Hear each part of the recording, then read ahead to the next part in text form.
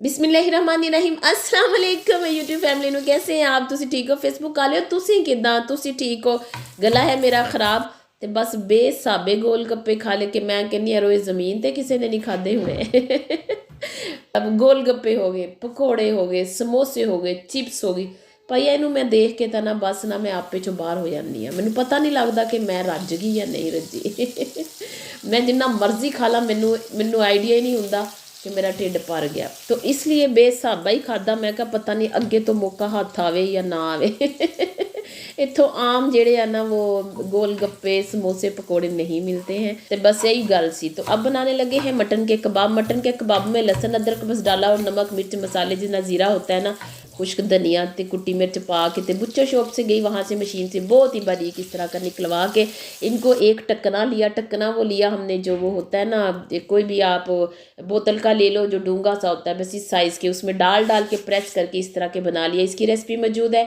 हमारे चैनल पर यूट्यूब पर तो आप लोग इसको देख सकते हो। तो बस ये बड़े पैसे तो आके हमने बस तेल इसके ऊपर डाल के फिर इसको हमने कर लेना है फ्राई। दोनों तरफ से 3 से 4 मिनट में ये फ्राई हो गए हैं क्योंकि बहुत बारीक कीमा है इसलिए मटन के कबाब हैं। तो अब इसको जो है हम एक बड़ी सी प्लेट में निकालेंगे क्योंकि इसके ऊपर हम लगाएंगे बड़ा वधिया सा ज़बरदस्त सा स्वादी सा सब्जियों का तड़का लगाएंगे।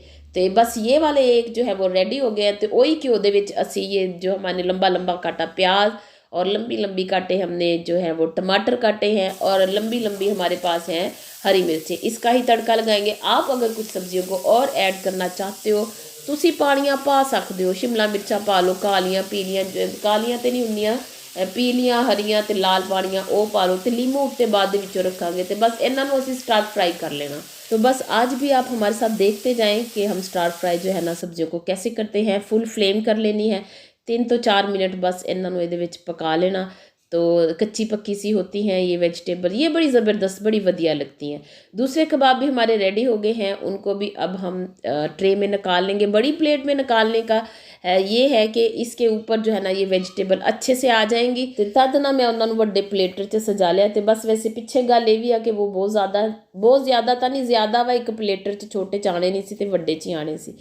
तो बस ये यानी हर गल दे पिछे ना कोई गल जरूर होंदी है हर एक्ट दे पिछे रिएक्ट जरूर हुंदा वा या रिएक्ट दे पिछे एक्ट जरूर हुंदा। बस ये तुसी आप ही बदलियो की हुंदा नमक पुख लिया और साथ में काली मिर्चें डाल ली। तो बस इसको थोड़ा सा और आसे पासे कर लेंगे इस तरह सा बस आसे पासे तो नहीं किया बस इदा ही हिला लिया हिला के बस इसके ऊपर डाल देंगे। कैमरा बड़ा दूर आ जी याद ही नहीं रहा इधर नूं करना करते हैं असी आ देखो कर लिया। तो अब इनको हमने डाल देना है इसके ऊपर बड़ा ज़बरदस्त सा ये तड़का लगा है। ज़्यादा ऑयल ना डालें बस इतने ही ऑयल में जो उसका है ये बापे देखे कैसे निकल रही हैं। मैं कहनी मैं सदके जावा वारी जावा एक कबाबा ने जो मेरे बच्चों ने खाए हैं घर वालों ने खाए हैं बड़े लजीज लीमू रख लिए ज़बरदस्त। वीडियो इतने मुक्की नहीं तमते हजे सिर्फ कबाबों का नज़ारा दिखाया। बच्चों के लिए एक ड्रिंक बनाना है जो बच्चे इसके साथ खाएंगे। तो हमारे पास था पार्सले। तो बस ये ना धनिए की ही फ़ोटो कापी होता है पार्सले ना। तो बस तुसी मैं यही पा लिया आप लोग धनिया डालें तो ज़्यादा बेहतर रहेगा। मेरे को यही अवेलेबल सी नाले फ्रेश सी तो मैं चौके पा था।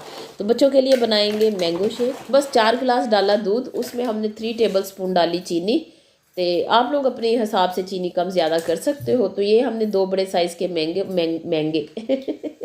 मैंगो पता नहीं महंगे हैं अल्लाह। तो उनके गूदे निकालिए बीट डाल दिया आइस क्यूब डाल ली बर्फ़ डाल के ना बस इसको हमने जो है ना शेक कर लेना। तो तुम मैंने एक गल जरूर दसो कि जब भी हम कोई जूस बनाते हैं ब्लेंडर के उत्ते असीं हथ क्यों रखीदा जग के उत्ते कि जग ने दौड़ जाना हुंदा मैनू अज तक नहीं समझ लगी। तो मैं बहुत ही कम ये होता है कि मैं रखती हूँ कम रखती हूँ इसके ऊपर हाथ बस इसको रख के मैं 1-2 काम और निपटा लेती हूँ।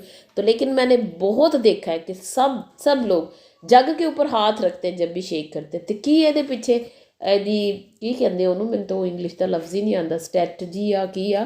तो वो क्या है कि जग के ऊपर हाथ रख के करें मैं किहड़े कम्मां च पै गई तुहानूं पुछण लग गई। चलो जे किसी को पता हो मैंने दस्सिओ। तो ये इसमें डाल लिया बस इदां दा जो पाते हुए नीचे भी आ थोड़े जे तुबके गिर जाते हैं तो इसको साफ़ कर लिया विच लाता स्ट्रा।